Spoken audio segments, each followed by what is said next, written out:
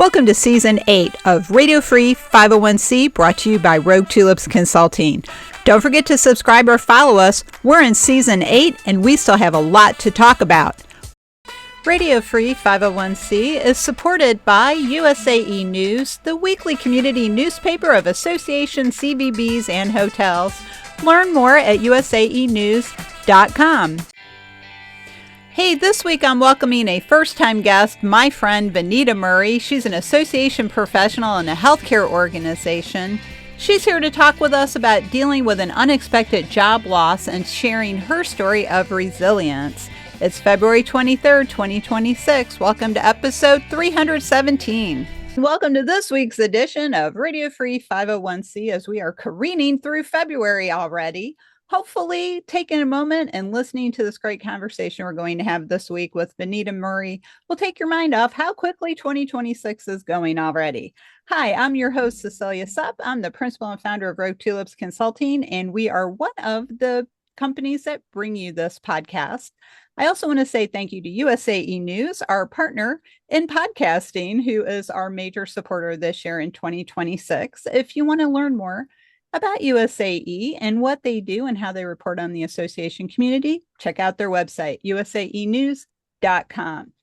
This week, we're bringing you episode 317.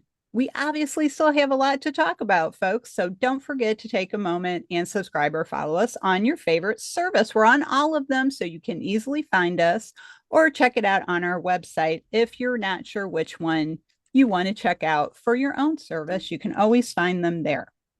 This week, we're talking about a topic that I would like to say is near and dear to my heart, but it's really not, because it can be kind of a frustrating experience if you've been through it.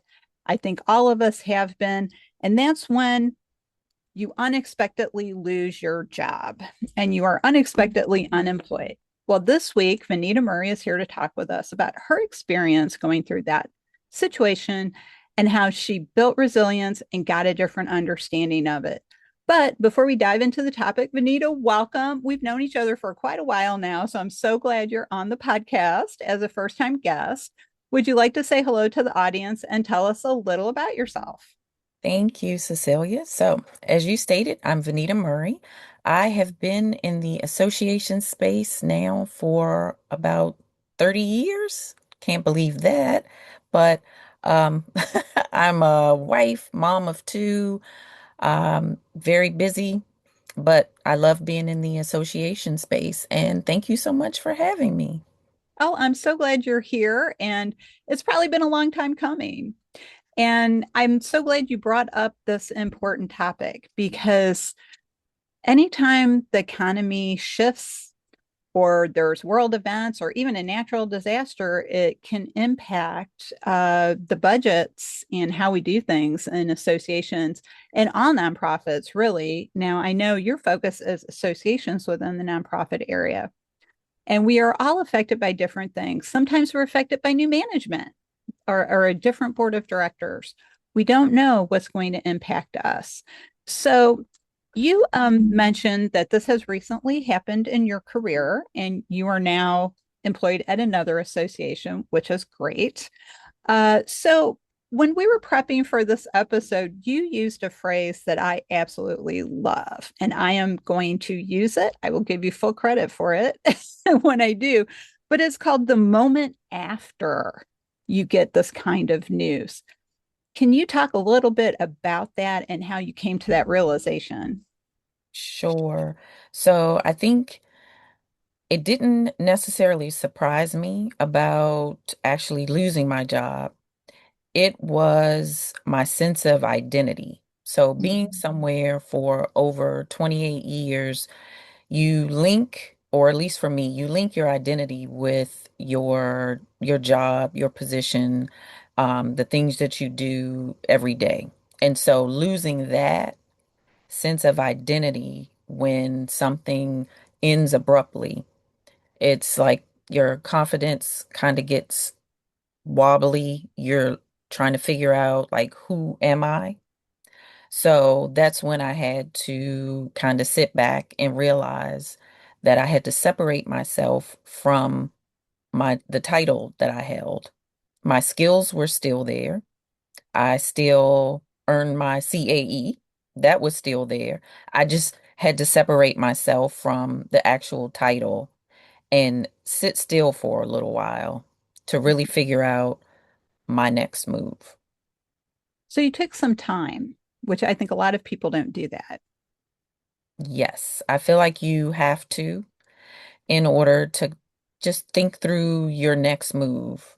You know, folks jump quickly into their next move, and it may not be where they want to be. It's just the next move, and then you're unhappy. So I think spending some time reflecting and then kind of recalibrating, going through these are my skills, where do I want to be? And then making some very intentional actions. Mhm. And I think intention is really important. I think in our world we use a lot of words like intentional, authenticity, but we don't always follow through on that. So I think being intentional and thoughtful, which I think is the bookend of intentional, is really important because you're right. It's very easy to knee jerk your way into another bad situation. And then, oh my gosh, and then you got to get out of that one. So I think that's really important. And then you also, when we were getting ready for the episode, you and I were talking about the definition of resilience. And I said, well, based on my personal experience, resilience is not necessarily getting back quickly. And you said, but the dictionary definition is the opposite. So, what did you learn that maybe changed your view a little bit about resilience and what it actually means? So I think for me, it meant that I needed to kind of slow down. I Mhm, needed to resist the pressure of trying to fix things and make a rational decision. So there was urgency, but I had to push myself to pause and just think through what my next move was. I think that's That's how you get your control back. You're yes. pausing and then you're coming back better. Mhm. Oh, I love that. Push yourself to pause. That's Yeah. another great. I love that. You're very quotable, Vanita. I'm going to be stealing all your quotes. You'll get full credit, but I'm using them. Push yourself to pause. I love that. It is very hard not to panic. Did you feel yourself panicking at all? I did, but I also had a wonderful support group. Mhm, And within that support group were longtime friends that constantly, without me asking, they would constantly remind me, this is who you are. mhm, We know who you are. You know who you are. So that's what you have to kind of move in, who you are. You didn't lose yourself, you lost a position. mhm, And then I was very surprised about the new folks that came into my life and kind of held me together. Um, I hadn't known them for a long time, but mentioning what happened to me, I feel like they came to my rescue. They offered me resources. I don't know if I can say their names here. I would love to give them mhm. some kudos. Yeah, go ahead. Okay. It's good. So Cheryl Ronk, I had not known her for a long time, but we got on a call. She offered resources. She offered herself for me to talk to and work through whatever I needed to. Barbara Armentrout, I Mhm. still hear from her. Um, she was there. She had resources. She had an ear to lend, and you, Oh, Cecilia. Yes. And it was great. And I had not known you all for a long time, but it meant the world to me and it kept me grounded because even you all who were not necessarily longtime friends, you were new friends, reminded me of who I was and the skills that I had and I guess how I showed up for the interactions that we had. You could tell, yeah, this is not your end. This is actually a new beginning. So I appreciate all of that.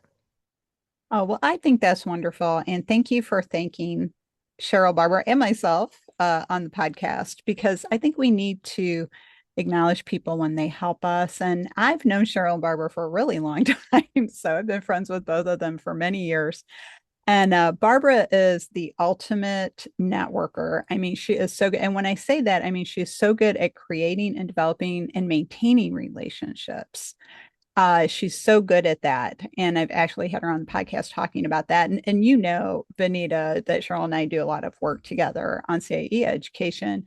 And Cheryl and I have been friends for many years, like I said. And she is like, I call her my friend who hits me upside the head when I need it. We all need a friend who will like tell us, get our mind right once in a while. So Absolutely. yeah, they're and Cheryl is a wonderful coach, I have to say. She is very good at pushing you, giving you good advice, framing questions for you to consider. And Barbara's always just been very lovely about sharing resources as well. So she's always trying to help people, and so is Cheryl. So I'm going to give my own shout out to both of them because they have helped me over the years too. So it's great. So gratitude. I'm going to quote another friend of mine, Laura Bratton, who is a motivational speaker, and she's also been on podcasts before, but she talks about grit and gratitude. And so I think when we go through a situation like this, we need to have some grit, but we also have to have that gratitude for all those people who are there for us when we need it. And hopefully we'll pass it on in the future and try to help people as well. So I think that's great. And I was wondering, Vinny, if you could expand a little bit more on the fact that you are not your job. You probably gave that a lot of thought. And then you said your other longtime friends had also pointed that out to you repeatedly. You have a new opportunity. So do you have any other insights about that you'd like to share?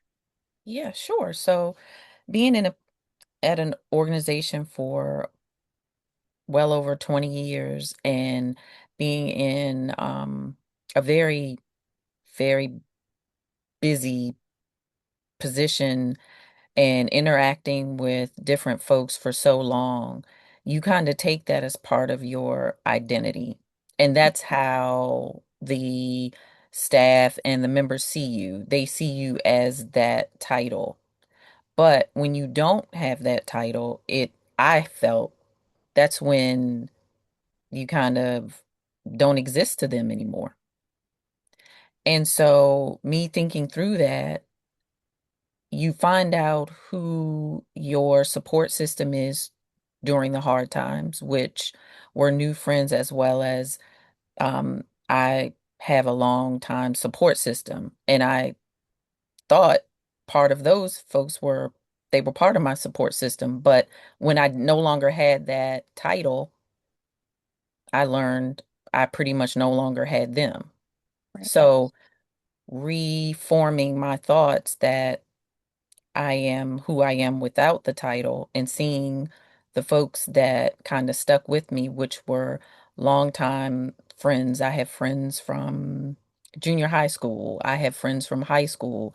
All of my sorority sisters, they saw me as Vanita, the person, and I had to sit and think, these are my people.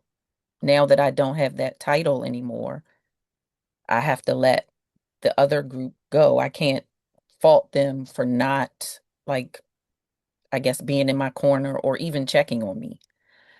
I had to focus on, I guess, really redefining my identity without that title, in which having the support system, it was fairly, easy.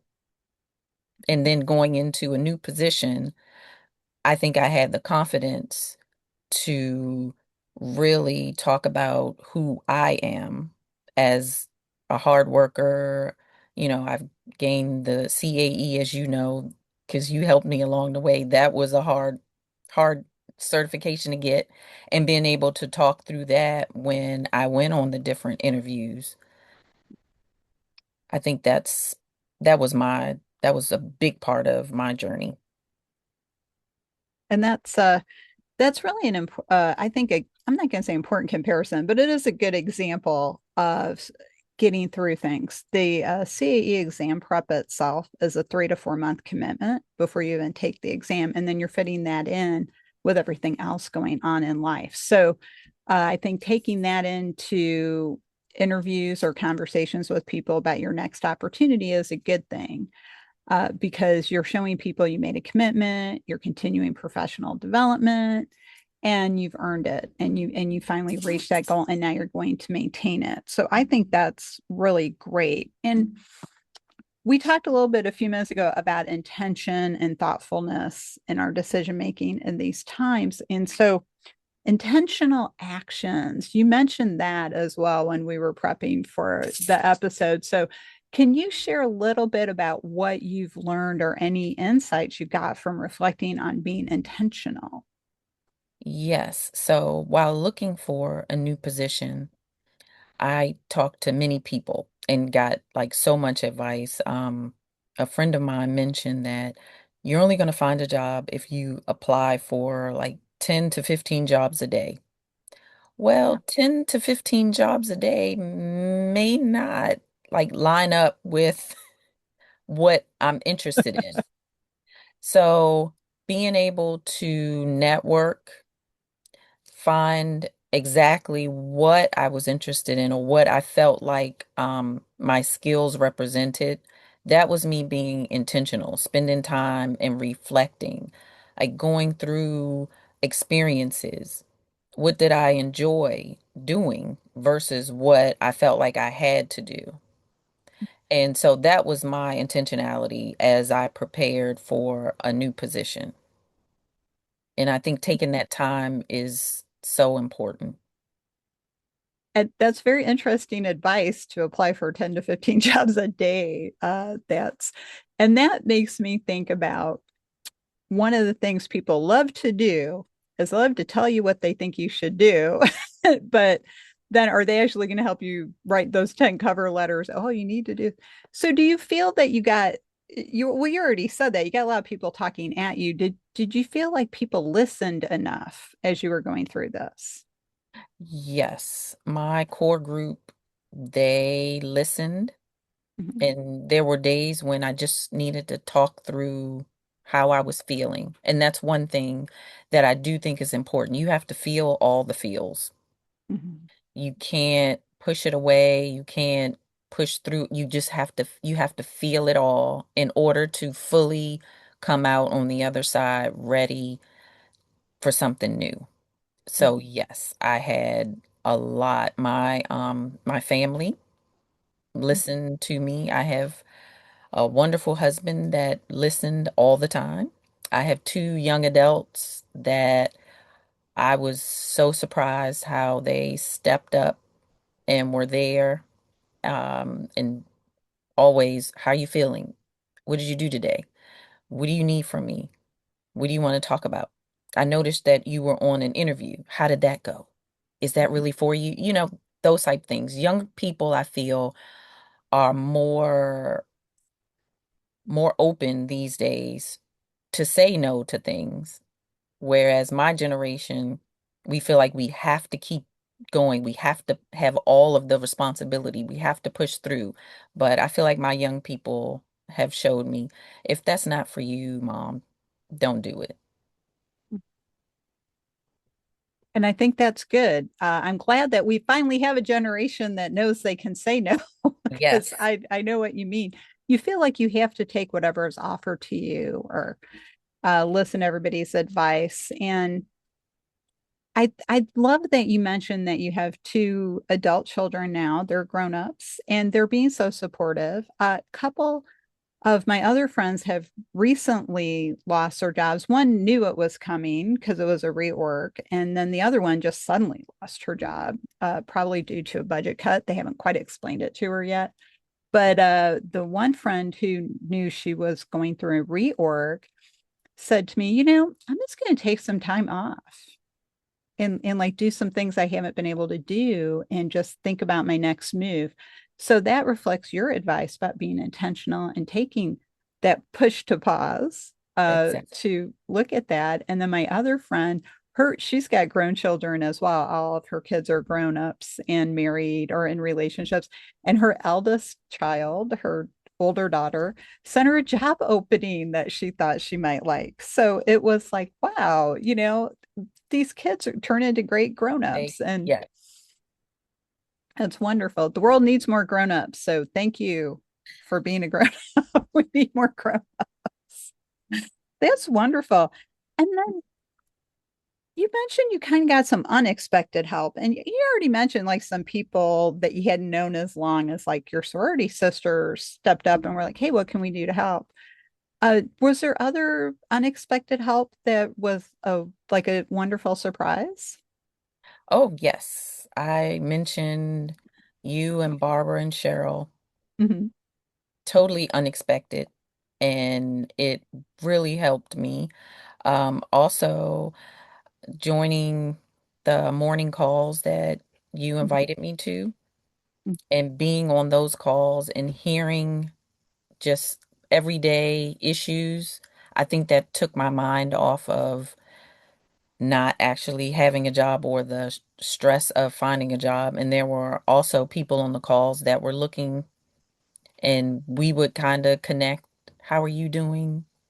How's it going? Anything out there? I'll pass something to you if you pass something to me. So all of that kept me going. I'm so very grateful.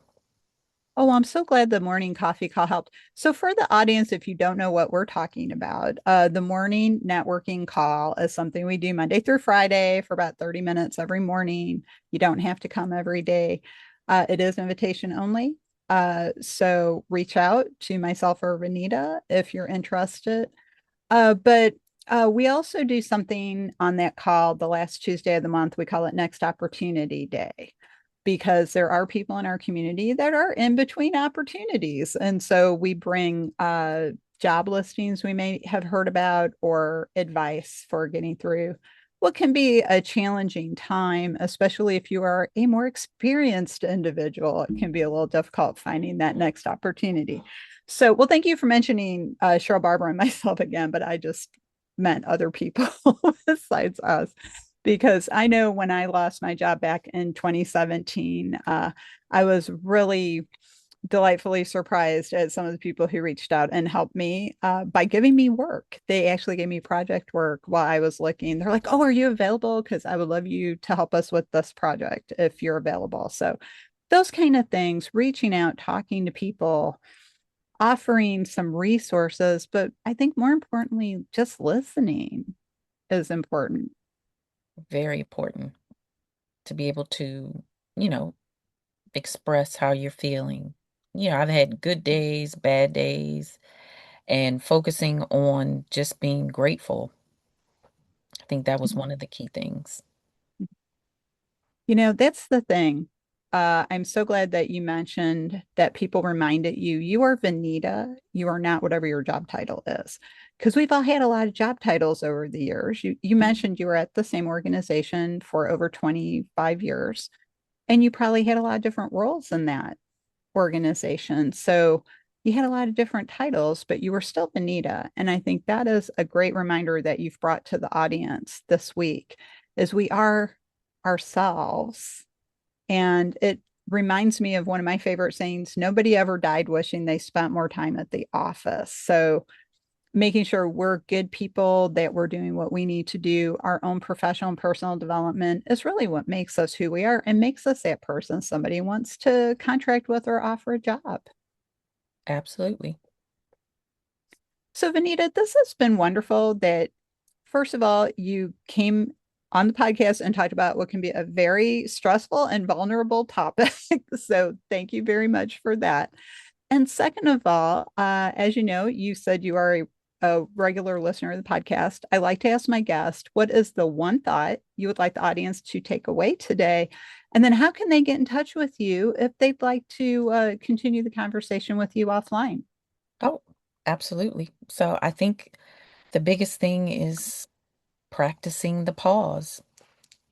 Spend some time reflecting. Give yourself time to recalibrate and then come back with intentional actions.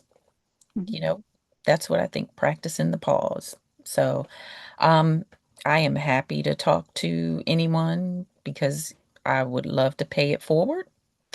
I can be reached at vanaaron at msn.com, VANAARON at msn.com.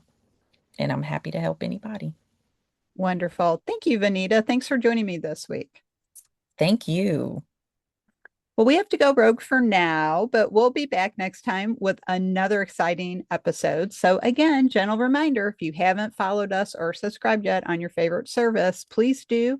And again, you can find this episode featuring Vanita and share it with your friends on our website, on our podcast page.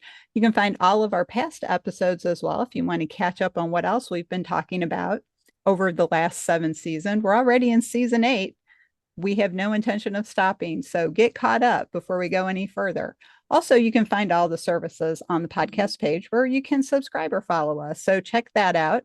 If you're interested in CAE education, which Vanita's mentioned, you can go to our education page and see what our course schedules are. We are open now, having courses for CAE exam in May of 2026. So if you'd still like to sign up, registration is still open. Doesn't matter if you're coming in a week or two after we launch, you can easily get caught up. Check that out. Check out our ethics course that I do with the wonderful Cheryl Ronk, who we've both mentioned several times today on this episode. And also check out our Lead Forward initiative. Our first course, Adaptive Leadership, is available. You can get more information on that as well. And if you'd like to see what kind of consulting work we do and how we can help your organization bloom outside the box, check out that services page and let's have a conversation. And finally, if you're wondering what the heck is on my mind this week, because frankly, I don't know most of the time myself till I write it, check out the blog page and see what some of my musings are about the world around us here on this big, beautiful planet Earth that we all share together. So that's it for this week. On behalf of Vanita and myself, we'll see you next time. That's it for this week. I hope you really loved this episode as much as I did. Thanks for listening. Learn more about how our experience and knowledge at Rogue Tulips can give your organization the strategic edge to reach its goals. Check out our website at roguetulips.com. We'd love to talk with you and see how we can work together.